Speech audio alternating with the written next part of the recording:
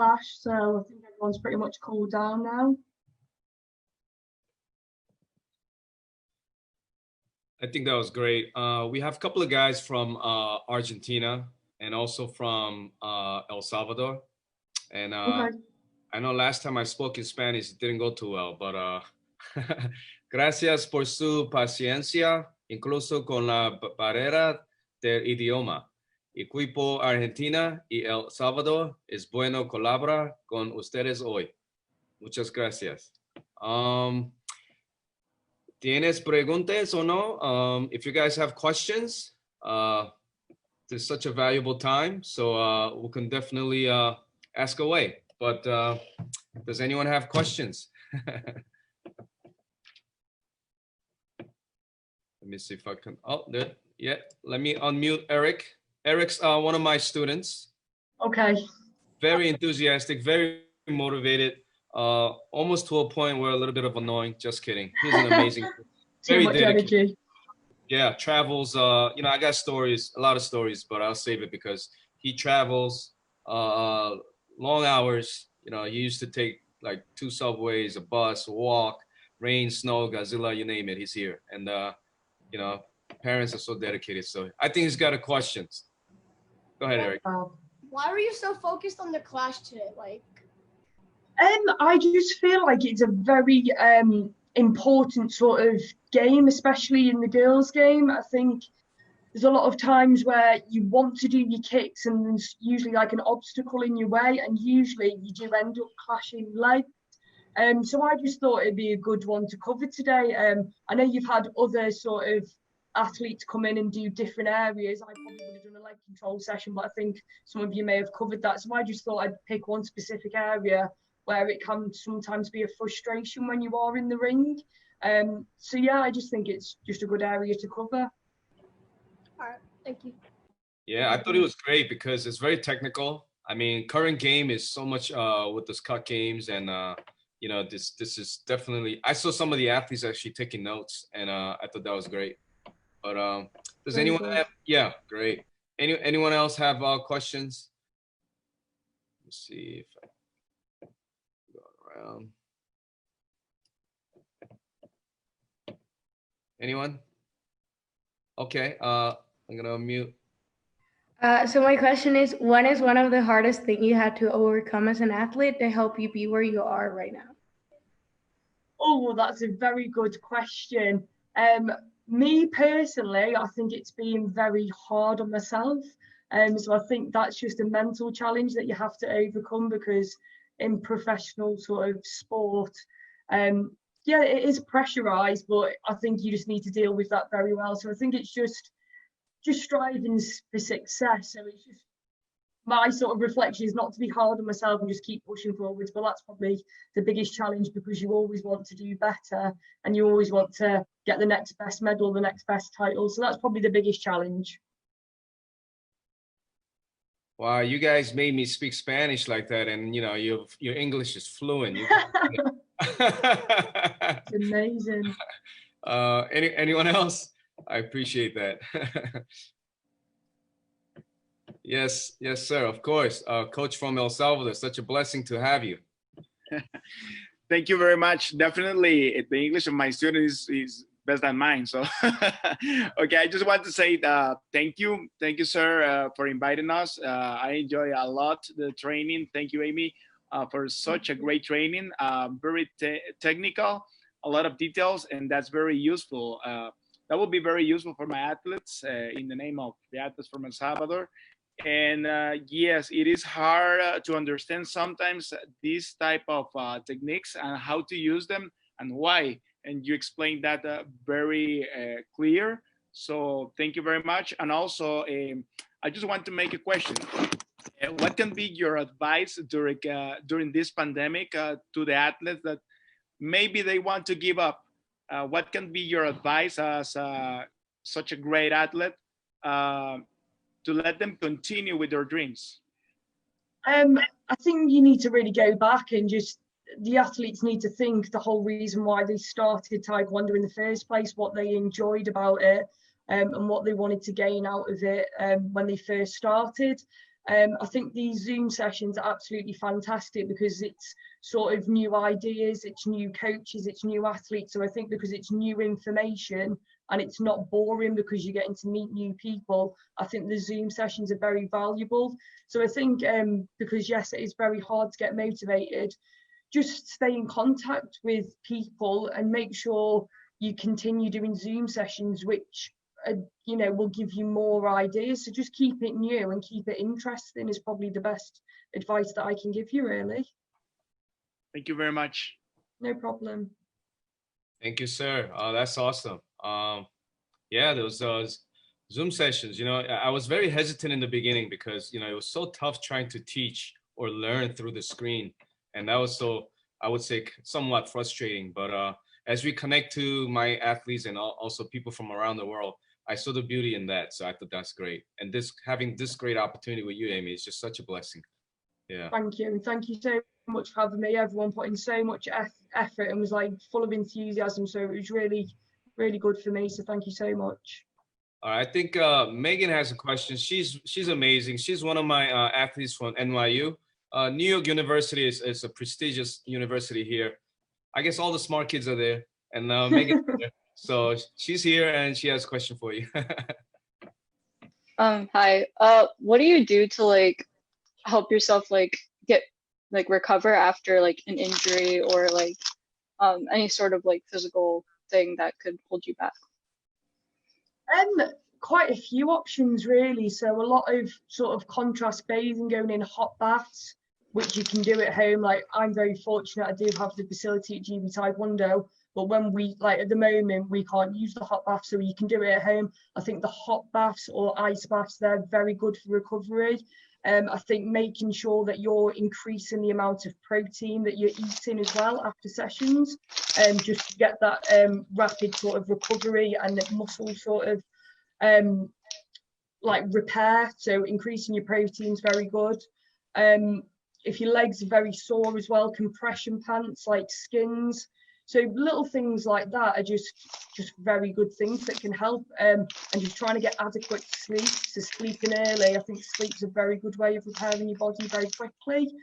So they're probably the main things if you've got a slight injury that you can just manage yourself and keep on top of. Thank you. No problem. How did I know that was going to come from Megan, huh? She had suffered a little bit of a ankle and a knee injury, and she was tough. Oh, she's holding ice right now, but tough girl. She fought through, and she's constantly on my Zoom classes, and yeah, it's been awesome.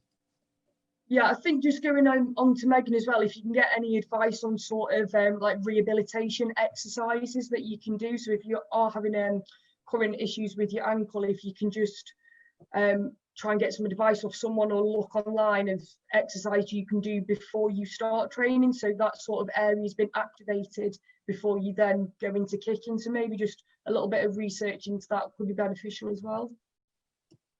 Awesome, of course. I appreciate that. Let me see. Okay, Chris here has his hand up. He is one of my students here, very consistent. He just moved on to cadet, so it's a milestone for him. Yeah, definitely. Christopher, you're on. Hi, thank you for your time. So how many times a day do you train basically? I train twice a day. So at the academy we train Monday to Friday. We do 2 hours kicking in the morning, followed by a strength and conditioning in the afternoon. So the afternoon session could be weights, it could be a bike session, and that's Monday to Friday. So we will kick every day, and then we will do strength and conditioning in the afternoon. Our afternoons are also filled by recovery time, so it'll be just maximising recovery and going to the baths and just getting a massage. So that's basically our week really. So yeah, every day. Apart from the weekends, that's recovery day. Ma'am, I want to say thank you for sharing your skill with the Teen Eagles, and of course the rest of many people around. Thank you very much for your time, and just keep her up and trust in your dreams come true. Yes, we're gonna cheer for her in when she's in the Olympics, of course. Thank you. Appreciate it. Thank you, ma'am, and thank you, Chris, for those questions and those compliments. Thank you so much. Do we have any more? Oh, there we go. We have. Yep, you're on. Yes, hi. My question is, how do you keep your mind in focus before fight? Like, how do you not get nervous? I think most athletes, they can say they don't get nervous, but you do get nervous. I think you just need to make sure those nerves are excitement. So the best way I would prepare for a fight, I would speak to my coach and I would go over my game plan, not in too much detail, but it would just be like, how are you going to start the match today? So yeah, it'd literally talking through my game plan and just making sure that I'm calm, so going through like a breathing exercise. So that's what I would do before a competition day.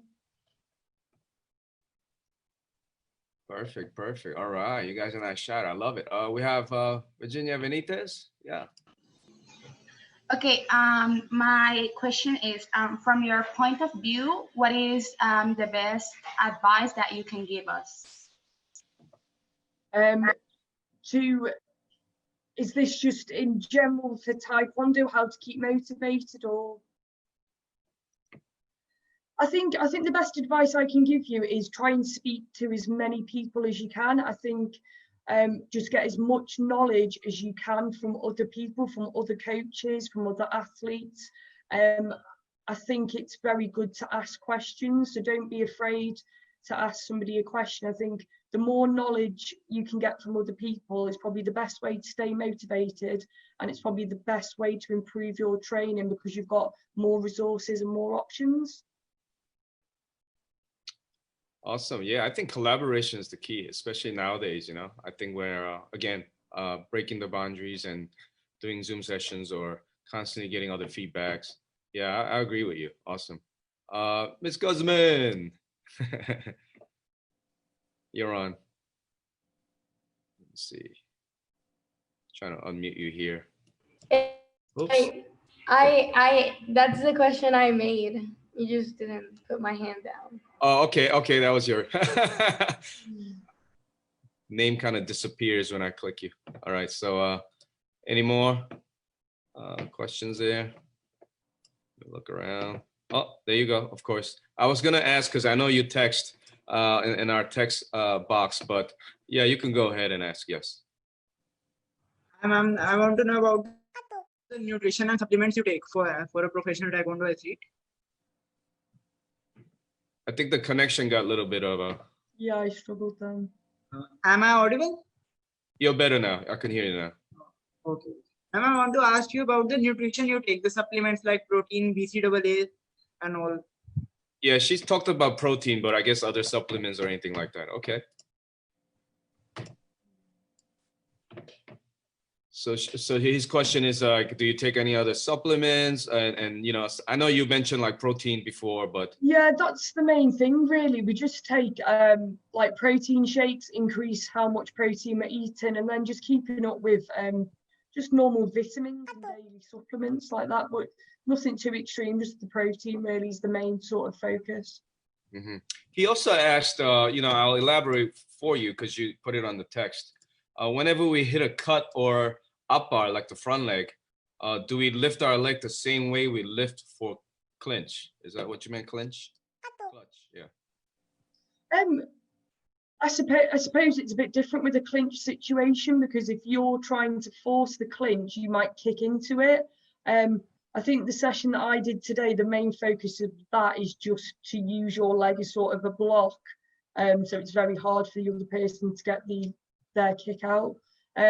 Yeah, I suppose you could use it in a clinch situation. It's just you'd have to break the distance in order for you to get your next action out, because it would be quite short. That makes sense. Yeah, did that answer your question?